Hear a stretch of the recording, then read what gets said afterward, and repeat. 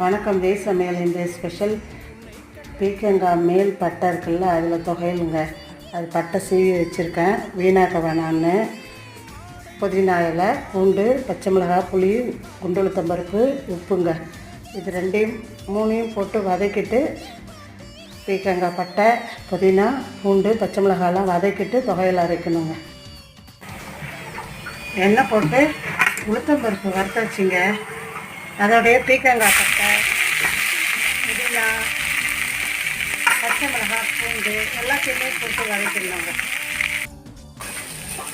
புதினா இலை போட்டு வதக்கிறதால புதினா பசியை தூண்டும், உடம்புக்கு ஹெல்த்துங்க. பூண்டு டைஜஷன் ஆகும், அதனால தான். மிக்ஸி ஜாரில் புளியும் உப்பும் போட்டிருக்குங்க. இந்த புதினா, பீக்கங்காய், பட்டை எல்லாம் வதக்கினதை எடுத்து அதில் போட்டு அரைக்கணுங்க. பீக்கங்காய், பட்டை, புதினா தொகையல் ரெடி.